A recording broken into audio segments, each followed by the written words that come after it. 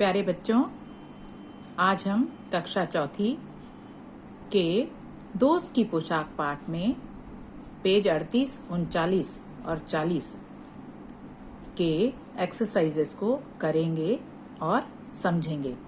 कुछ आपको किताब में करना है और कुछ कॉपी में करना है। तो चलिए बच्चों, सबसे पहले आप लोग इन प्रश्नों को देखिए।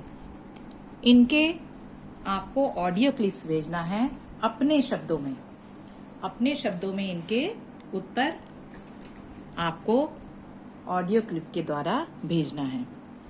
ये देखिए, पहला प्रश्न है, तुम बन ठन कर कहाँ जाते हो? आपको बताया गया था बन ठन का मतलब सज संवर कर। पिछले वीडियो में मैंने बताया था। ये आपको लिखना है कहाँ कहाँ आप जाते हैं। तुम किस किस तरह से बनते ठनते हो? अब आपका क्या तरीका है, आप कैसे तैयार होते हो, कैसे सजते संवरते हो, वो आपको ऑडियो क्लिप से बताना है। तीसरा प्रश्न देखिए, जब तुम अपने दोस्तों से मिलते हो तो क्या क्या करते हो? मिलने के बाद आपकी क्या क्या एक्टिविटीज होती है, क्या क्या काम करते हो, क्या बातचीत करते हो, वो आप इसमें बताने की कोशिश करोगे। अब देखिए बच्चों, पेज नंबर 38। ये इस कहानी के बारे में कुछ प्रश्न आपके मन में जरूर आ रहे होंगे। जब आपने कहानी पढ़ी होगी तो कुछ प्रश्न जरूर आ रहे होंगे। उन प्रश्नों को आपको यहाँ पर लिखना है और उनके उत्तर भी यहीं लिखना है। प्रश्न और उत्तर, स्वयं के प्रश्न, स्वयं के उत्तर। इसके बाद आइए बच्चों गपशप, पेज नंबर 39 में आइए। जब जमाल साहब और नसीरुद्दीन हुसैन साहब के घर से बाहर निकले,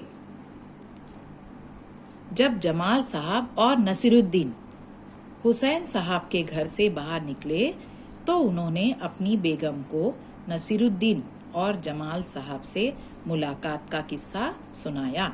उन दोनों के बीच में क्या बातचीत हुई होगी, लिख कर बताओ।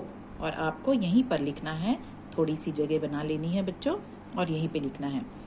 ये आपकी कल्पना के आधार पर होगा। आप क्या सोचते हो कि दोनों के बीच में क्या बातचीत हुई होगी। जैसे बेगम ने पूछा होगा, कौन आया था? हुसैन साहब ने कहा, नसीरुद्दीन अपने दोस्त के साथ आया था। अब बेगम के मन में कुछ और प्रश्न आए होंगे, तो बेगम ने पूछा होगा। वो प्रश्न आपको अपने मन से लिखना है, आप सोच सकते हो। फिर हुसैन साहब ने जवाब दिया होगा। अब बेगम ने फिर पूछा होगा, हुसैन साहब ने फिर जवाब दिया होगा। ये आपको अपनी कल्पना के आधार पर लिखना है। अब आइए बच्चों, मुहावरे, पेज नंबर 40। पेज नंबर 40 में देखिए कुछ मुहावरे दिए हुए हैं। तो बच्चों, मुहावरों से क्या होता है, भाषा की सुंदरता बढ़ जाती है। कुछ शब्दों में हम बहुत कुछ कह जाते हैं और हमारे वाक्य सुनने में बहुत अच्छे लगते हैं। तो मुहावरे भी होते हैं और लोकोक्तियाँ भी होती है। तो इस पाठ में कुछ मुहावरे दिए हैं, उनके बारे में मैं आपको बता रही हूँ, उनके अर्थ बता रही हूँ। डिटेल में हम लोग आगे के वीडियो में देखेंगे। मैं मुहावरों के लिए भी वीडियो बना दूंगी आपके लिए। पहला देखिए, घड़ों पानी फिरना, अत्यधिक शर्मिंदा होना।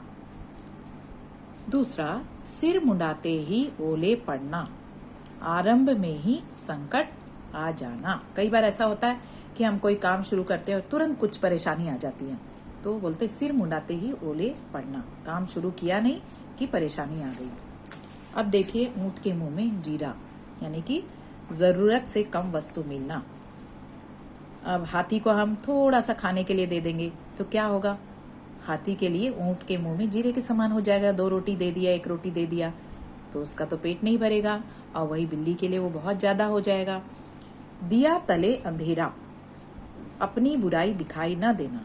कई बार ऐसा होता है, हम दूसरों को उपदेश देते हैं और हमारे ही घर में हमारे जो रिश्तेदार हैं या फिर हमारे घर में रहने वाले कुछ गलत काम करते हैं तो वो हमें दिखाई नहीं देता, लेकिन हम दूसरों के बारे में अवश्य बोलते हैं।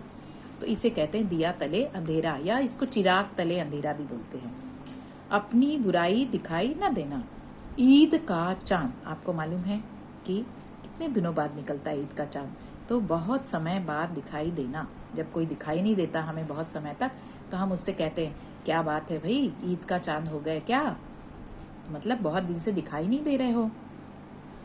तो बच्चों, इसके अगला प्रश्न है कौन है कैसा, वो भी पाठ 40 का है। ये देखिए,